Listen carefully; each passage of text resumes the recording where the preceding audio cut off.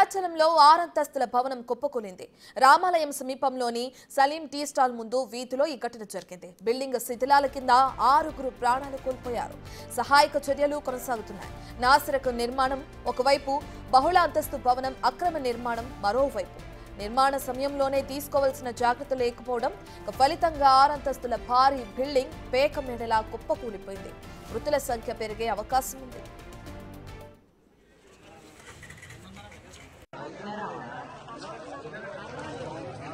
మనిషేనా రావాలి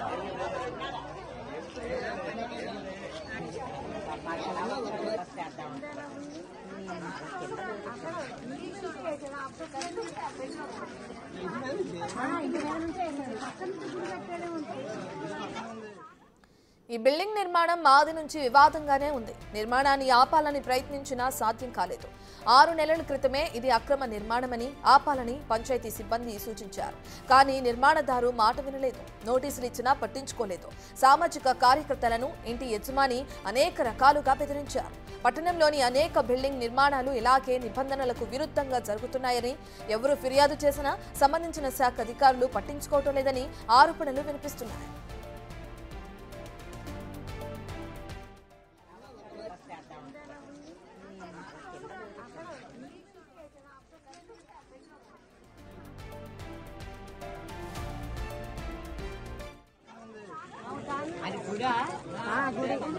ఈ బిల్డింగ్ కట్టేటప్పుడు నేను పుణ్యం ప్రదీప్ అన్న మేము గొడవ చేస్తాం. వీడియోస్ అన్నీ ఉన్నాయి. రైట్, ఇక బిగ్ టీవీ స్క్రీన్ పైన మనం ఎక్స్క్లూజివ్ గా చూస్తున్నాం. భద్రాచలంలో 6 అంతస్తుల భవనం కుప్పకూలింది. ఏదైతే రామాలయం ఉందో ఇక దాని సమీపంలోని సలీం టీ స్టాల్ ముందు ఉన్న వీధిలో ఈ ఘటన జరగడం కూడా మనకు తెలుస్తుంది. అయితే ఇప్పటికే నిబంధనలకు విరుద్ధంగా ఈ బిల్డింగ్ నిర్మిస్తున్నారని చెప్పి కూడా అక్కడున్న స్థానికులు ఆరోపిస్తున్నారు. బిల్డింగ్ యజమానికి ఇది నిబంధనలకు విరుద్ధంగా జరుగుతుంది ఈ భవన నిర్మాణం అని చెప్పి కూడా అక్కడున్న వాళ్ళు అంటే అధికారులు వాళ్ళకి నోటీసులు ఇవ్వడం కూడా జరిగింది. ఇచ్చిన నోటీసుల్ని బేఖాతరు చేస్తూ లెక్క చేయకుండా ఈ 6 అంతస్తుల బిల్డింగ్ ఆ యజమాని ఎవరైతే ఉన్నారో అతను నిర్మాణం చేయడం జరిగింది. ఏదైతే ఈ నిర్మాణంలో నాసిరకం ఇది కూడా వాడారు. నాసిరకంగా ఈ నిర్మాణాన్ని చేపట్టారని చెప్పి కూడా ఒకవైపు ఆరోపణలు వస్తున్నాయి. మరోవైపు భవన నిర్మాణం అక్రమంగా జరిగింది, అందువల్లే కూలిపోయిందని చెప్పి కూడా అక్కడున్న వాళ్ళు ఆరోపిస్తున్నారు. రైట్, ఏదేమైనప్పటికీ ప్రస్తుతానికైతే 6 చనిపోయినట్లు తెలుస్తుంది. ఇంకా ఎంతమంది చనిపోయారు, ఆ శిథిలాల కింద ఎన్ని శవాలు ఉన్నాయి అనేది కూడా తెలియాల్సింది. పూర్తి డీటెయిల్స్ అందించడానికి మా ప్రతినిధి భాస్కర్ అందుబాటులో ఉన్నారు. రైట్ భాస్కర్, మనం చూస్తున్నాం 6 అంతస్తుల బిల్డింగ్ ఒక్కసారిగా పేక మేడల కుప్పకూలిపోవడాన్ని చూస్తున్నాం మనం. దీనికి సంబంధించిన డీటెయిల్స్ ఏ విధంగా ఉన్నాయి? ఇప్పటికే దానికి సంబంధించి నోటీసులు జారీ చేసినా పట్టించుకోలేదు యజమాని అంటున్నారు. యజమానిని ప్రస్తుతం పోలీసులు అదుపులోకి తీసుకున్నారా, విచారిస్తున్నారా? డీటెయిల్స్ ఏ విధంగా ఉన్నాయి? యజమాని రత్న ఇప్పటికే భద్రాచలంలో జరిగిన ఘటనకు సంబంధించి ఆ ఇంటి యజమాని కాస్త హైరాణ పడుతూ కాస్త ఆసుపత్రికి వెళ్ళిన నేపథ్యం, తర్వాత అక్కడ నుంచి కూడా ఎస్కేప్ అయినట్టుగా తెలుస్తున్న నేపథ్యం అయితే ఉన్నది. మొత్తానికైతే రామాలయ పరిసర ప్రాంతాలలో మొత్తం కూడా అనధికారికంగా కట్టుబడి కట్టిన బిల్డింగ్లే అధికంగా ఉన్నాయి. దీనికి సంబంధించి ఇప్పటికే పంచాయతీ శాఖ అధికారులకు మొత్తానికైతే అక్కడ ఉన్నటువంటి స్థానికులు మొత్తం కూడా ఈ బిల్డింగ్ నిర్మాణ సమయంలో అక్రమ నిర్మాణం జరుగుతుంది, ఇలాంటి అనుమతి లేదంటూ కూడా వాళ్ళు చెబుతున్న నేపథ్యం అయితే ఉంది. మొత్తానికైతే ఈ ఘటనకు సంబంధించి ఇప్పటికే ఆ బిల్డింగ్ నిర్మాణంలో గత 6 నెలలు అంటే గత సంవత్సరం లోపు నుంచి నిర్మాణం కొనసాగుతా ఉన్నది. అంతకన్నా ముందే ఈ యొక్క నిర్మాణం చేపట్టారు 1 year ముందే. కానీ అప్పుడు స్థానికులు కావచ్చు, సామాజిక కార్యకర్తలు కావచ్చు, మొత్తానికి బిల్డింగ్ నిర్మాణం అక్రమం చేస్తున్నారంటూ ఒకవైపున పంచాయతీ శాఖ అధికారితో పాటుగా మరోవైపున ఇక ఐటీడీఏ పీఓ కూడా వాళ్ళంతా కూడా కంప్లైంట్ చేయడం కూడా జరిగింది. ఆ తర్వాత ఆయన మొత్తం కూడా పంచాయతీ శాఖ అధికారులకు మరోవైపున అక్కడ గ్రామ పంచాయతీతో పాటుగా మరి ఉన్నతాధికారులు కూడా బిల్డింగ్ నిర్మాణం నిలిపివేయాలంటూ కూడా ఆదేశాలు ఇవ్వడం కూడా జరిగింది. అయితే తర్వాత మళ్ళీ కొన్ని నెలలు టైం తీసుకున్న తర్వాత మళ్ళీ దాన్ని యథాతథంగా పనులు కొనసాగిస్తున్నట్టుగా తెలుస్తుంది. అయితే గత వారం రోజుల నుంచి కూడా ముమ్మడి ఏర్పాట్లు జరుగుతున్నాయి. ఎందుకంటే శ్రీరామనవమి ముందుకు వస్తుంది. మరోవైపున 6వ తారీఖున రాములవారి కళ్యాణం ఉన్న నేపథ్యంలోనే ఈ లోపులోనే వాటిని ముగించేసేసి కనీసం భక్తులకు కావచ్చు అక్కడ చిన్నపాటి వ్యాపారం నిర్వహించేందుకు సైతం కూడా వారిని ఆయన సిద్ధమవుతున్న నేపథ్యం అవుతుంది. మొత్తానికి ఆ ప్రాంగణంలో ఎక్కువ కూడా రామాలయం సమీపంలో ఉండటంతో ప్రతి ఒక్క బిల్డింగ్ కావచ్చు, ప్రతి ఇంటికి కూడా అక్కడ అంటే వాడుకకు బిల్డింగ్లు వాడుతూ ఉంటారు. దానిలో భాగంగా ముమ్మరంగా పనులు కొనసాగిస్తున్నట్టుగా తెలుస్తున్న నేపథ్యం అయితే ఉంది. మొత్తానికి 6 అంతస్తు బిల్డింగ్ కనుక ఈ బిల్డింగ్ లో త్వరగా కనీసం 3 ఫ్లోర్లను కంప్లీట్ చేసేస్తే కనీసం తనకు లాభదాయకంగా ఉంటది. రాములవారి పెళ్లికి చాలా వరకు డిమాండ్ ఉంటది. ఎందుకంటే రూములంతా కూడా ఆ ప్రాంగణంలో దొరకవు. మొత్తానికైతే ఆ రూములు మొత్తం కూడా ఇప్పుడు టైట్ ఉన్న పొజిషన్ లో ఇలాంటి వాటిని కొంతమంది భక్తులు తక్కువలో వస్తారు అన్నట్టుగా ఆయన ముందు బాత్రూమ్స్ కావచ్చు, తర్వాత వాటర్ లైన్ కావచ్చు, శానిటేషన్ వర్క్ తో పాటుగా ఎలక్ట్రీషియన్ వర్క్ కూడా నడిపిస్తున్నట్టు తెలుస్తుంది. మొత్తానికైతే 6 ఉన్నారా మరి 10 మంది ఉన్నారా తెలవాల్సిన పరిస్థితి అయితే మనకి ఇంకా ఉన్నది. మొత్తానికైతే ఇంటి వారిని అయితే మాత్రం కాసేపటి క్రితమే ఆ పోలీసులు ఆయన ఎక్కడున్నా ట్రేస్ చేశారు. కానీ అతను హాస్పిటల్ ఉన్నట్టు తెలుస్తుంది. కానీ మరి హాస్పిటల్ నుంచి కూడా మళ్ళీ బయటకు వెళ్ళినట్టుగా తెలుస్తున్న నేపథ్యం ఉంది. మొత్తానికైతే ఘటన సంబంధించి ఇంకా మృతుల సంఖ్య పెరిగే అవకాశం ఉంది. పేక మెడల నిర్మాణం చేస్తున్న అంటే ఈ 6 అంతస్తుల బిల్డింగ్ ఒకసారి పేక మెడల కూలిపోవడం తోటి భద్రాచలం పట్టణ ప్రాంత ప్రజలు కూడా ఒకసారి ఉలిక్కిపడ్డారు. ఇప్పుడు అక్కడ వచ్చిన కూలీలు స్థానికులా లేకుంటే పక్కన పొరుగు నుంచి వచ్చిన వాళ్ళ అంతా కూడా ఆందోళన పడుతున్నారు. ఆ బిల్డింగ్ సంబంధించిన నిర్మాణానికి పంపించినటువంటి కార్మిక మేస్త్రి కూడా ఇంతవరకు ఇంకా అందుబాటులో రాలేదు. అతను వస్తే ఎంతమంది ఈ వర్క్ వచ్చారు, ఏ వర్క్ చేస్తున్నారు, శానిటేషన్ వర్కా, ఎలక్ట్రీషియన్ వర్కా, లేదంటే సివిల్ వర్క్ చేస్తూ ఉన్నారా అనే దాని కూడా తెలవాల్సింది ఉంది. ఒకవేళ వర్క్ ఒక మహిళ కూడా ఉన్నట్టు తెలుస్తుంది. ఆ మహిళ మాత్రం ప్రాణాలతో బయటపడినట్టు తెలుస్తా ఉంది. మరోవైపు చుట్టుపక్కల ఉన్నటువంటి కెమెరాలు మొత్తం కూడా వాటిని అంటే ఇక్కడ కెమెరాలు ఉంటే ఆ కెమెరాలు కూడా సీసీ ఫుటేజ్ మొత్తం కూడా పోలీసులు వాటిని ఓపెన్ చేసేందుకు సిద్ధమవుతున్నారు. ఘటనా స్థలాన్ని చేరుకొని జేసీబీ సహాయంతో ఒక్కొక్క ఫ్లోర్ ని తొలగించుకొని వాటిని పక్కన పెట్టేందుకు కూడా సిద్ధపడుతున్న నేపథ్యం రత్న. మొత్తానికైతే ఈ ఘటన సంబంధించి ఒకవైపు అనధికారికంగా బిల్డింగ్ నిర్మాణం చేశారు. దీనికి బాధ్యత వహించాల్సింది పంచాయతీరాజ్ శాఖ వహించదా లేకుంటే బిల్డింగ్ యజమాని వహించడాన్ని కూడా తెలవాల్సిన అవసరం మెండుగా ఉంది రత్న. రైట్ భాస్కర్, మనం చూస్తే ఏదైతే అక్కడ భద్రాచలానికి సంబంధించిన సామాజిక కార్యకర్తలను కూడా బెదిరించి దీనికి సంబంధించి అక్రమ నిర్మాణాన్ని చేపట్టాడు ఆ యజమాని అని చెప్పిన ఆరోపణలు కూడా తెరపైకి వస్తున్నాయి. ఇక ఆ క్రమంగా చూసుకుంటే అతని బ్యాక్గ్రౌండ్ ఏంటంటే ఏదైనా రాజకీయ అండదండలు ఏమైనా ఉన్నాయా? వాస్తవానికి అయితే అతనికి అంటే రాజకీయ అండదండలు ఉన్నట్టు కూడా తెలుస్తున్న నేపథ్యం అయితే ఉంది. మొత్తానికైతే అతను కూడా ఏదైతే గతంలో కూడా ఈ బిల్డింగ్ నిర్మాణం అక్రమంగా చేపడుతున్నారంటూ కొంతమంది ప్రజలు, స్థానికులు కావచ్చు, సామాజిక కార్యకర్తలు మొత్తం కూడా ప్రాజెక్ట్ ఐటీడీఏ పిఓకి కంప్లైంట్ చేసిన నేపథ్యంలో వాళ్ళ గురించి తెలుసుకుని వాళ్ళ ఇంటిపైకి అదేవిధంగా వాళ్ళ వ్యక్తిగతంగా కూడా దూషించి వాళ్ళ వేధింపులు కూడా గురి చేసినట్టుగా తెలుస్తుంది. గతంలో అతను అంటే గతంలో బీఆర్ఎస్ పార్టీకి సంబంధించినటువంటి వాళ్ళతో కొద్దిగా అనుబంధంగా ఉండటం, మళ్ళీ తర్వాత ఇప్పుడు మళ్ళీ కాంగ్రెస్ పార్టీకి చెందినటువంటి అధికార పార్టీ నేతలతో కొద్దిగా ఆయన సంబంధాలు ఉండటంతో కూడా కొద్దిగా అంటే ప్రాజెక్ట్ అధికారి బిల్డింగ్ నిర్మాణం ఆపమని చెప్పిన తర్వాత మళ్ళీ ఇక్కడ స్థానికంగా పలుగురిని ఉపయోగించి ఆ బిల్డింగ్ నిర్మాణం చేపడుతున్నట్టు తెలుస్తుంది. అంటే ఇక బిల్డింగ్ అక్రమ నిర్మాణం అనే విషయం ఆడున్న వాళ్ళందరికీ తెలుసు. భద్రాచలంలోనే ఉన్నటువంటి చాలా వరకు ఆ బిల్డింగ్ల మొత్తాన్ని పరిస్థితి కూడా ఇదే పరిస్థితి నెలకొని ఉంది. వాస్తవంగా అండ్ ఒక్కదాని ఇప్పుడు నిర్మాణం చేస్తున్నారు అనేది చెప్పు మిగతా బిల్డింగ్లు సాకుగా చూపి ఈ బిల్డింగ్ నిర్మాణం చేపడుతున్నట్టు తెలుస్తుంది. రేఖ భాస్కర్, అసలు ఈ 6 అంతస్తుల బిల్డింగ్ కూలిపోవడానికి ప్రధాన కారణం ఏంటి? అసలుగా పాత బిల్డింగ్ మీద మరో 6 అంతస్తుల బిల్డింగ్ నిర్మాణం చేస్తున్నట్టుగా తెలుస్తా ఉంది. మరి అసలు బిల్డింగ్ నిర్మాణానికి సంబంధించి ఎలాంటి పర్మిషన్స్ ఇచ్చారు, అసలు ఇచ్చింది ఎవరు, అసలు దానికి డిజైన్ చేసింది ఎవరు, ఆ బిల్డింగ్ నిర్మాణానికి సంబంధించిన అధికారులు మరి పంచాయతీ శాఖ అధికారులు కూడా సమీపంలో కార్యాలయం ఉంది.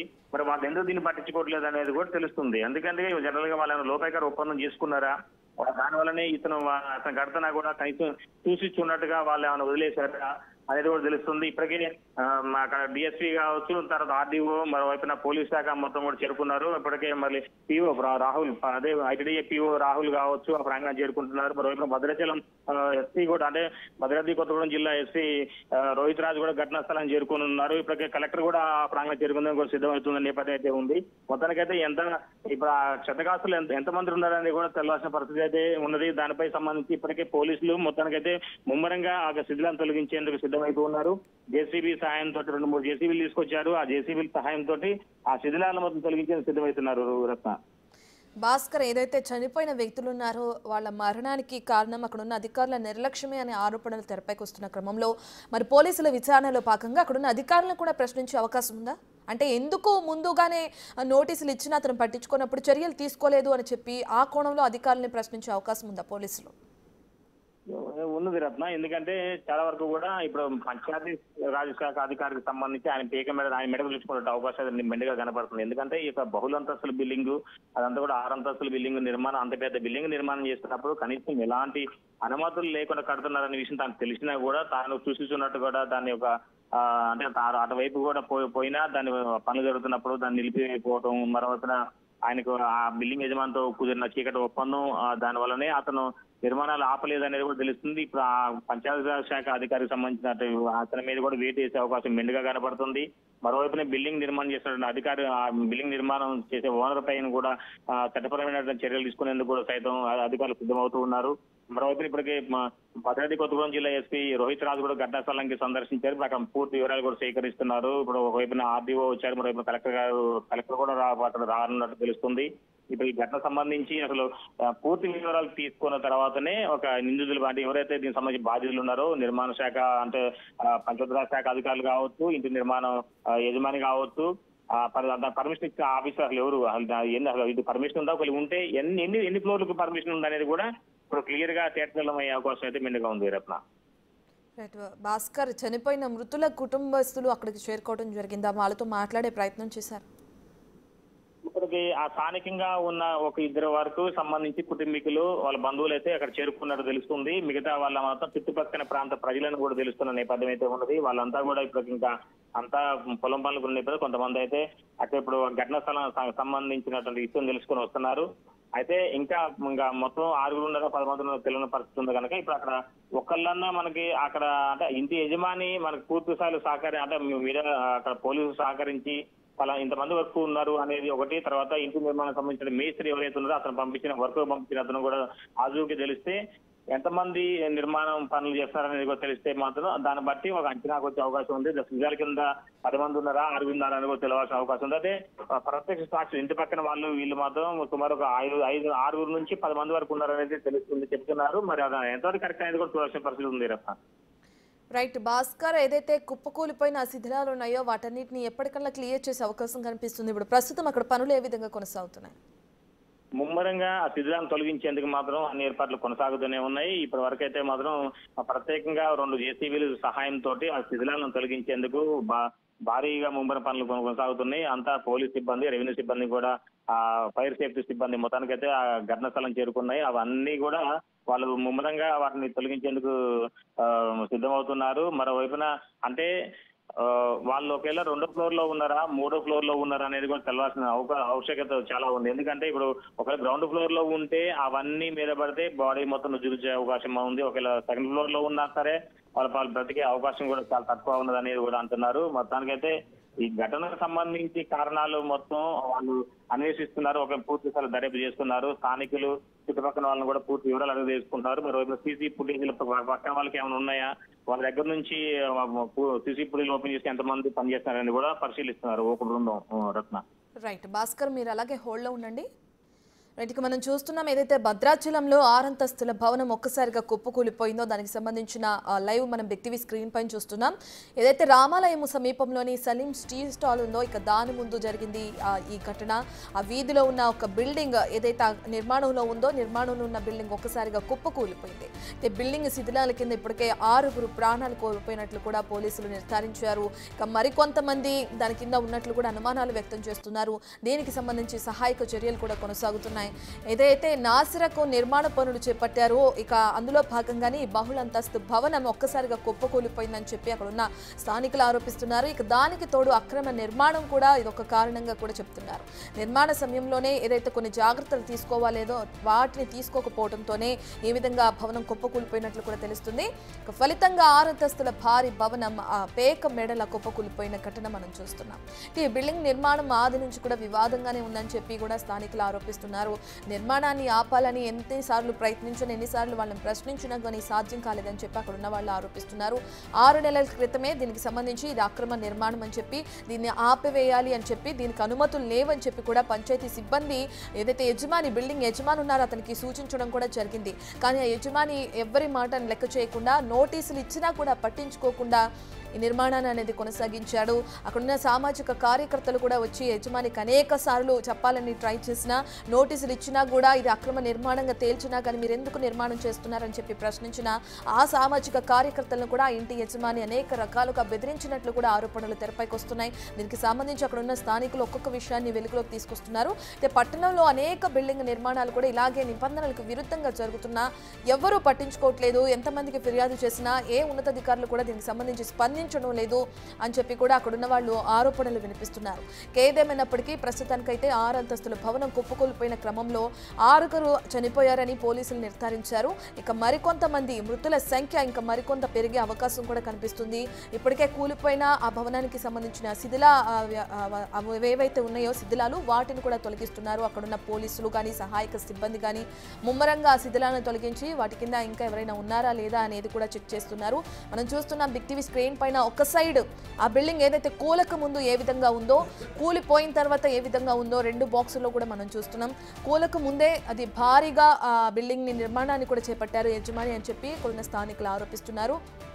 అక్రమ నిర్మాణం ఇది నిబంధనలకు విరుద్ధంగా ఉంది.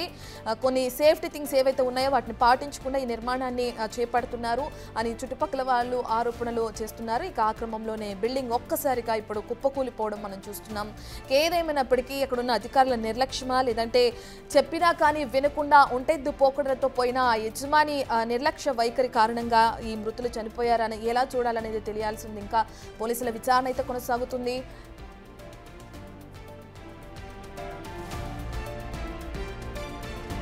రైట్, ఇక దీనికి సంబంధించి పోలీసుల విచారణ అయితే కొనసాగుతుంది. ప్రస్తుతం ఆ యజమానికి సంబంధించి పోలీసులు విచారించే అవకాశం కూడా కనిపిస్తుంది.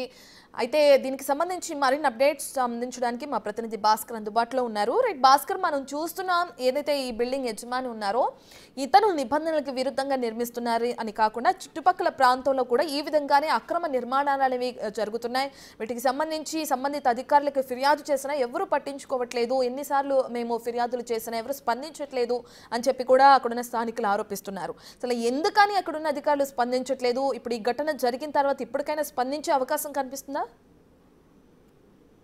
ఇప్పటికే ఈ ఘటన సంబంధించి ఆ భద్రాచలం పట్టణం మొత్తం కూడా ఒక్కసారిగా కమర్షియల్ జోన్ లెక్క మారడం, మరోవైపున అక్కడ ఉన్నటువంటి లాడ్జ్లు కావచ్చు, లేకపోతే రెసిడెన్సెస్ కావచ్చు, బహుళంతస్తుల నిర్మాణ బిల్డింగ్లు కావచ్చు, అవన్నీ కూడా పూర్తి స్థాయిలో వాళ్ళంతా కూడా ఈ అక్రమ నిర్మాణం అనేది తెలుస్తున్న నేపథ్యం అయితే ఉంది. ఎందుకంటే ఇది సంబంధించి అంటే అక్కడ పంచాయతీ శాఖ అధికారులకు తెలుసు, మరోవైపున ఆ భద్రాచలంలో ఉన్నటువంటి ప్రాజెక్ట్ IDPO కూడా వాళ్ళంతా తెలిసినా సరే వాళ్ళంతా కూడా సూచిస్తున్నట్టు కూడా వ్యవహరిస్తున్నారు. ఇప్పుడు ఈ ఘటన సంబంధించి ఈ ఘటన జరిగిన నేపథ్యంలోనూ వీటిని ఇప్పుడు ఎట్లాగైనా మిగతా బిల్డింగ్ సంబంధించి అక్రమ నిర్మాణాలు కూడా తెర మీదకి వచ్చే అవకాశం ఉంది. వాళ్ళపై కూడా నోటీసులు ఇచ్చే అవకాశం మిన్నగా ఉంది. కానీ నోటీసులు ఇస్తున్నారే తప్ప వీళ్ళు పూర్తి స్థాయిలో మాత్రం దానికి సంబంధించి నివారించలేకపోతున్నారని కూడా చెప్పుకోవచ్చు. ఎందుకంటే నోటీసులు ఒకవైపు సర్వే ఇచ్చుకుంటున్నాయి, మరోవైపు మాత్రం దినాలు కొనసాగుతూనే ఉన్నాయి.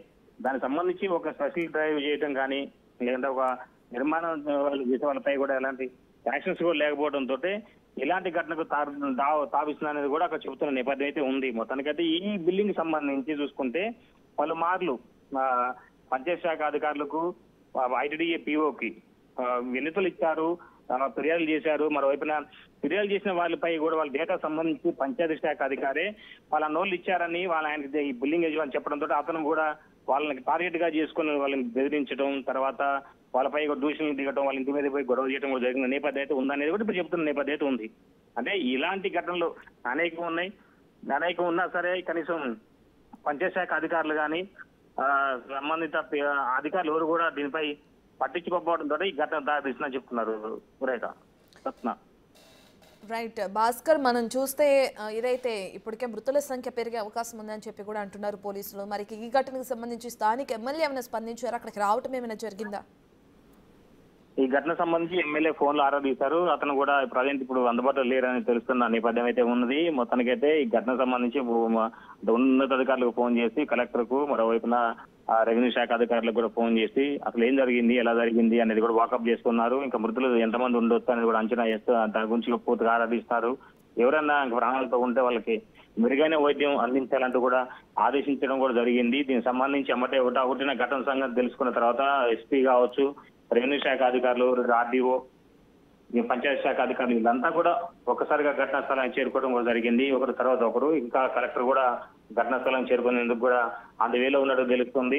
అయితే ఈ ఘటన సంబంధించి ఆ యజమాని సహకరించి వీళ్ళకి పూర్తి స్థాయిలో సమాచారం అందిస్తే వాస్తవాలు బయటకు వచ్చే అవకాశం అయితే ఉన్నది.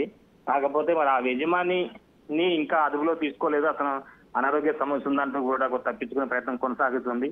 మరి దానిపై ఇప్పుడు అధికారులు ఎలాంటి నిర్ణయం తీసుకుంటారని కూడా తెలియాల్సిన ఒక అవసరం అయితే ఉంది. రేఖ భాస్కర్, అయితే ఈ స్థలం ఏదైతే ఉందో ఆ బిల్డింగ్కి సంబంధించి అందులో 6 అంతస్తులు కట్టడానికి పర్మిషన్ లేదు అని చెప్పి నోటీసులు వచ్చిన క్రమంలో కూడా మరి ఇంజనీరింగ్ ప్లాన్ ఎలా ఇచ్చాడు? అంటే 6 అంతస్తుల బిల్డింగ్ కట్టినప్పుడు ఖచ్చితంగా కుప్పకూలిపోతుంది, లేదంటే ఏదైనా ప్రమాదం జరిగే అవకాశం ఉన్న నేపథ్యంలో అసలు ఆ ప్లాన్ ఎలా చేయడం జరిగింది? 6 అంతస్తుల బిల్డింగ్కి సంబంధించి ఆ ప్లానింగ్ ఇచ్చిన ఇంజనీరింగ్ కూడా పోలీసులు అదుపులోకి తీసుకున్నారా? అతన్ని విచారిస్తున్నారా? రత్న, ఇప్పుడు దీనికి సంబంధించి 6 అడుగుల బిల్డింగ్ సంబంధించి ఏదైతే 6 అంతస్తుల బిల్డింగ్ ఉందో ఈ 6 అంతస్తుల బిల్డింగ్ సంబంధించి అసలు ప్లానింగ్ ఎవరు, దీని డిజైన్, దానికి ఒక నిర్మాణం చేసే కూడా దానికి ఒక విల్లా అని ఒక పేరు కూడా పెట్టడం కూడా జరిగింది, ఒక బోర్డు కూడా ఏర్పాటు చేశారు. ఆ బిల్డింగ్ నమూనాతో పాటుగా దాన్ని నిర్మాణం సంబంధించిన ఒక అసోసియేట్ లెక్క దాన్ని క్రియేట్ చేశారు. దానికి సంబంధించి అసలు దానికి కర్త కర్మ క్రియ ఎవరైనా దానిపై కూడా పోలీసులు పూర్తి స్థాయిలో కూడా దర్యాప్తు చేస్తున్నారు. రత్న, దీనికి సంబంధించి ఒకవైపున ఆ ఇంటి యజమానికి సంబంధించిన వాళ్ళని కూడా ఇప్పటికే అదుపులో తీసుకోవడం కూడా జరిగింది. ఇంటి యజమాని మాత్రం ప్రజెంట్ బయట ఉన్నారని కూడా తెలుస్తుంది. వాళ్ళ కుటుంబీకులను అదుపులో తీసుకున్నారు, వాళ్ళు విచారణ చేస్తున్నారు. వాళ్ళ దగ్గర ఉన్నటువంటి పర్మిషన్ సంబంధించి ఏమైనా ఉన్నాయా లేవా అనే దానిపై కూడా పూర్తిగా వాళ్ళు ఎంక్వైరీ చేస్తున్నారు. మరోవైపున ఇప్పుడు రాములవారి కళ్యాణం ఉన్న 6వ తారీఖు వచ్చే నెల ఉన్నటువంటి నేపథ్యంలోనూ త్వరగతిన తాత్కాలిక పనులు ముమ్మరం చేసి దాన్ని అందుబాటులో తీసుకొస్తే కాస్త ఆర్థికంగా నిలదొక్కుకోవచ్చు అనే ఒక ఆలోచనతోటే ఇట్లా తెలుస్తున్న నేపథ్యం అయితే ఇలాంటి భవనాలు నిర్మాణం చేస్తున్నట్టు తెలుస్తుంది. కానీ ఆ యొక్క ఇంటి నిర్మాణం మొదటి నుంచి కూడా అది ఒక పాతిల్లు పెంకుటిల్లు అనే విషయం తెలుస్తుంది. అక్కడంతా కూడా గతంలో ఒక 40 సంవత్సరాలు 50 సంవత్సరాల బిల్డింగ్ అన్నట్టు తెలుస్తుంది. ఆ బిల్డింగ్ ని పడగొట్టేసి మేఘాల మీద ఫస్ట్ ఒక ఫ్లోరు, తర్వాత 2వ ఫ్లోర్ అట్లా వేసుకుంటూ కొన్నాళ్ళు ఐటీడీఏ పీఓ అదేవిధంగా పంచాయత్ శాఖ అధికారులు అబ్జెక్షన్ పెట్టిన తర్వాత మళ్ళీ ఒక 5-6 నెలలు ఆపిన తర్వాత మరలా ఇటీవల కాలంలోనే ఆ పనులు ముమ్మరం చేశారు. ఆ పనులు నిర్మాణం చేస్తున్న తరుణంలో కూడా మళ్ళీ మధ్యలో ఐటీడీఏ అధికారులు పనులు ఆపడం కూడా జరిగింది. మరలా ఆపిన తర్వాత కూడా మరలా 2వసారి 3వసారి అట్లా వీళ్ళు కొన్నాళ్ళు ఆపడం, తర్వాత పనులు మొదలు పెట్టడం కూడా జరిగింది. ఇప్పుడు జరుగుతున్న తరుణంలో ఈ ముమ్మరం కేవలం రాముల వారి పెళ్లి ఉన్న నేపథ్యంలో త్వరగా ఈ పనులు ముగించేసుకుంటే రెంట్కి పోతూ తమకు ఆర్థికంగా లాభాలు వస్తాయి అన్న ఉద్దేశంతో అక్రమాలతో ఆడావుడిగా పనిచేస్తున్నట్టు తెలుస్తుంది. రత్న, మొత్తానికైతే ఈ ఘటన సంబంధించి పూర్తి స్థాయిలో అధికారులు సంబంధించిన శాఖ అధికారులపై కూడా వేటేసేందుకు కూడా సిద్ధమవుతున్నారు. Right, thank you Bhaskar.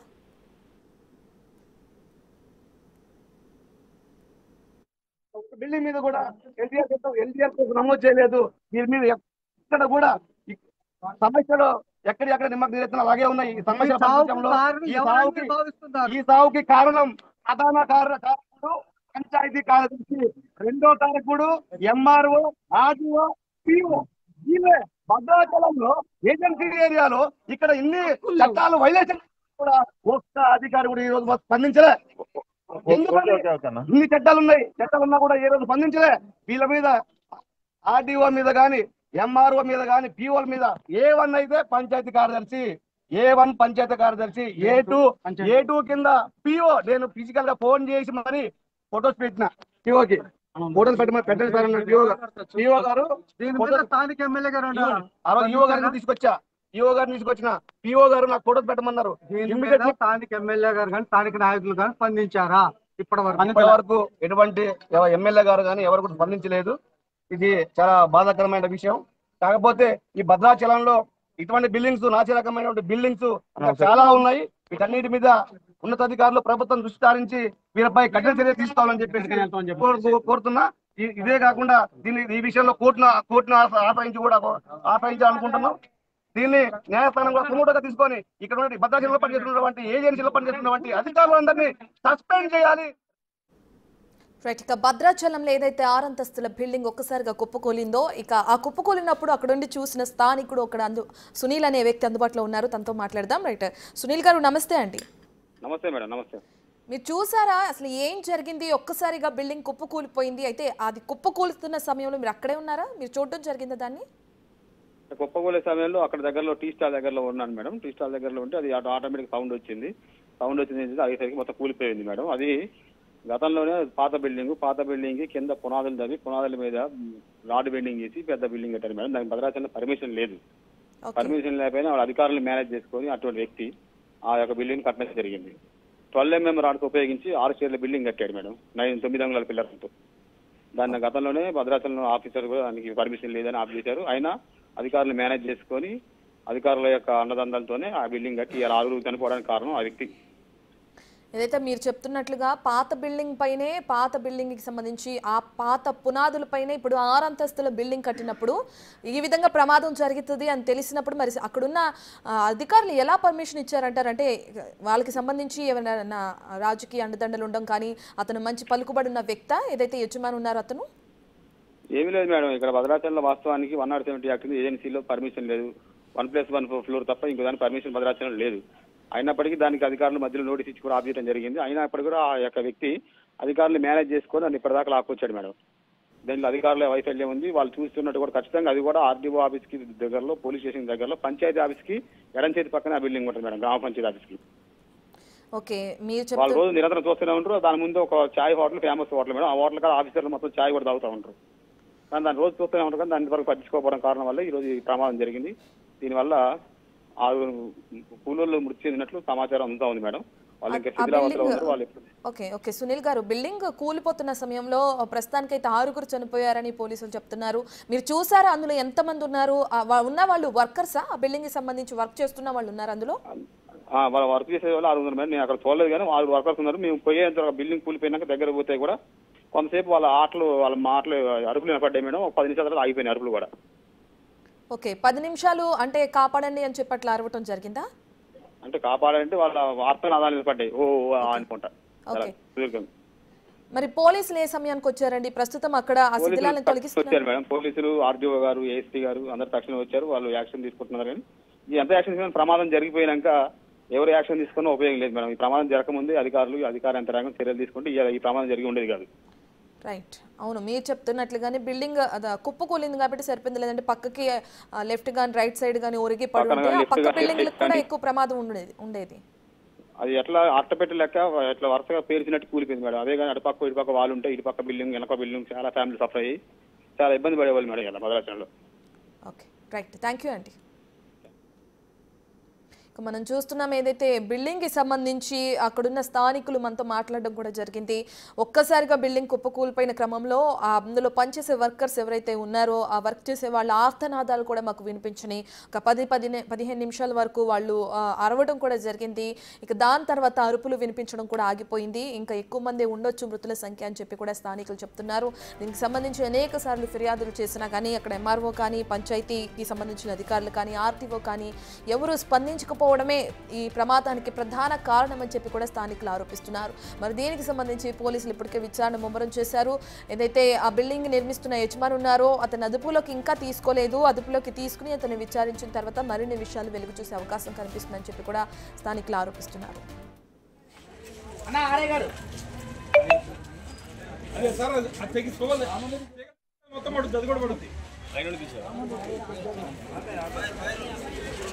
ఈ బిల్డింగ్ కట్టేటప్పుడు నేను పుణ్యం ప్రదీప్ అన్న మేము గొడవ చేస్తాం. ఆ వీడియోస్ అన్నీ ఉన్నాయి. ఇవో ఏం లేదు.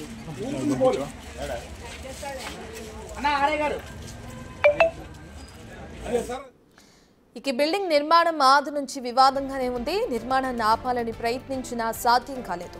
6 నెలల క్రితమే ఇది అక్రమ నిర్మాణం అని ఆపాలని చెప్పి కూడా పంచాయతీ సిబ్బంది ఆ యజమానికి సూచించారు. కానీ నిర్మాణదారు మాత్రం మాట వినలేదు. నోటీసులు ఇచ్చినా పట్టించుకోకుండా ఈ నిర్మాణాన్ని అనేది కొనసాగించారు. సామాజిక కార్యకర్తలను ఇంటి యజమాని అనేక రకాలుగా బెదిరించిన తీరు కూడా మనం చూస్తున్నాం. అక్కడున్న స్థానికులు ఆరోపిస్తున్నారు. దానికి సంబంధించి ఇక పట్టణంలోని అనేక బిల్డింగులు నిర్మాణాలు కూడా ఇలాగే నిబంధనలకు విరుద్ధంగా జరుగుతున్నాయా?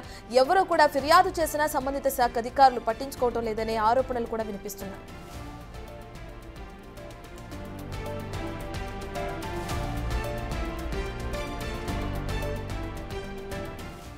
ఈ బిల్డింగ్ కట్టేటప్పుడు నేను పుణ్యం ప్రదీప్ అన్న మేము గొడవ చేస్తాం. రైట్, ఇక కూలిపోయిన ఈ బిల్డింగ్ కి సంబంధించి ఇప్పటికే అధికారులకి ఇది అక్రమ నిర్మాణం, దీనికి పర్మిషన్స్ లేవని చెప్పి కూడా ప్రదీప్ అనే వ్యక్తి కంప్లైంట్ ఇవ్వడం కూడా చూస్తున్నాం. అతను ఇప్పుడు మనకు అందుబాటులో ఉన్నారు. ప్రదీప్ గారు నమస్తే అండి. నమస్కారం అండి. మీరు ఎప్పుడు కంప్లైంట్ ఇవ్వడం జరిగింది? ఎవరికి కంప్లైంట్ ఇచ్చారు? కంప్లైంట్ ఇచ్చిన తర్వాత మీరు కంప్లైంట్ ఇచ్చిన అధికారులు ఏ విధంగా స్పందించారు? గత సంవత్సరం 2024 సంవత్సరంలో అక్రమ నిర్మాణం G+5 కడుతుండ్రని అప్పుడు గ్రామ పంచాయతీ ఈఓ గారికి ఫిర్యాదు చేయడం జరిగింది. ఆ తర్వాత జిల్లా పంచాయతీ అధికారి గారికి, కలెక్టర్ గారికి, ఇక్కడ ఉన్న స్థానిక ఐటీడీఏ ప్రాజెక్ట్ ఆఫీసర్ ఐఏఎస్ గారు తనకి national human rights commission and state human rights commission లో ఫిర్యాదు చేయడం జరిగింది. అయితే పిఓ గారు, ఐటీడీఏ ప్రాజెక్ట్ అధికారి గారు గ్రామ పంచాయతీ ఈఓ గారిని పిలిచి మీరు దాని మీద పూర్తి స్థాయి విచారణ చేసి ఆ కట్టిన వాటిలో ఏవైతే ఉన్నాయో వాటిని పైన 3 అంతస్తుల వరకు కూలగొట్టండి అని చెప్పినా కూడా గ్రామ పంచాయతీ అధికారి వినకుండా ఈ రోజు వరకు నిర్లక్ష్యంగా ఉండడమే ఈ పెను ప్రమాదానికి కారణమైంది.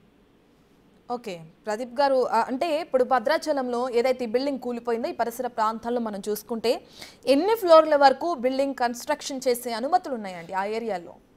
యాక్చువల్ గా ఏజెన్సీ చట్టాల ప్రకారం జనరల్ బిల్డింగ్ వరకే ఉంటది. ఏది పంచాయతీ రాజ్ యాక్ట్ ప్లేన్ ఏరియాలో G+2 వరకు కొన్ని పరిమితులు ఉంటాయి.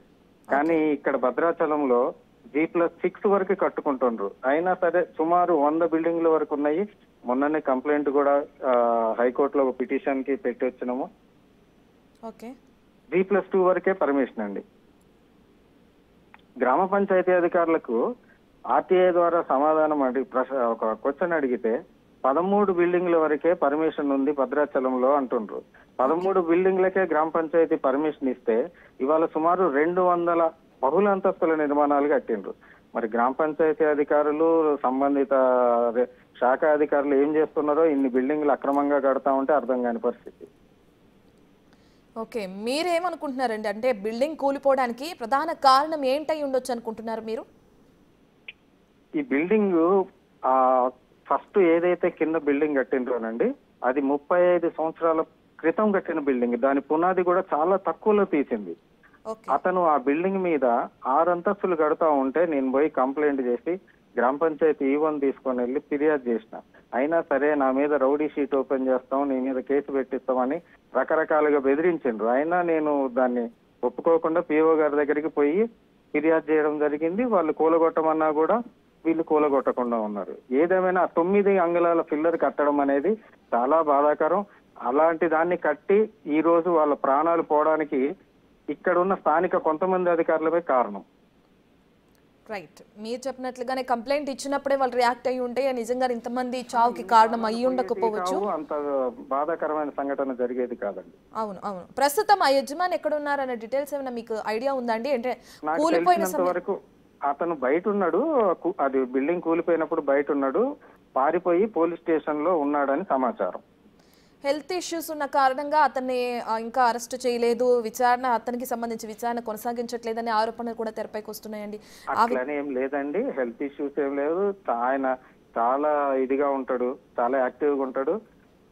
ఇప్పుడు అది జరగంగానే మరుక్షణం ఒక 5 minutes లో ఆయన పోలీస్ స్టేషన్ కి పరారయ్యారు.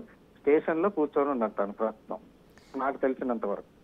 ఓకే, ఆ భవన నిర్మాణం ఏదైతే జరుగుతుందో కూలిపోయిన భవనానికి సంబంధించి కింద ఎవరైనా ఉంటున్నారో? ఏంటంటే పాత బిల్డింగ్ ఉందో అందులో ఇంకా ఎవరైనా నిర్మాణం? వీళ్ళే ఉంటుండ్రు మేడం. ఎవరైతే శ్రీపతి శ్రీనివాస్ అని అతను ఉన్నాడో తను, తనతో పాటు తన భార్య, వాళ్ళ కుటుంబ సభ్యులు ఒక 5-6 ఏమో ఒక ఫ్యామిలీ ఉంటుండ్రు ఆ బిల్డింగ్ లోనే. అదే బిల్డింగ్ ఇప్పుడు కంప్లీట్ గా కింద ఎడ్జ్ వరకు నేలమట్టం అయింది. ఓకే, మరి చనిపోయిన వాళ్ళ సంఖ్య ఎంత వరకు ఉండొచ్చు అనుకుంటున్నారు? అది ఇంకా పూర్తి స్థాయి అది తీయాలి అంటేనే ఒక 2 days 3 days పడుతుంది madam. Okay right, thank you Pradeep గారు, థ్యాంక్ యూ అండి.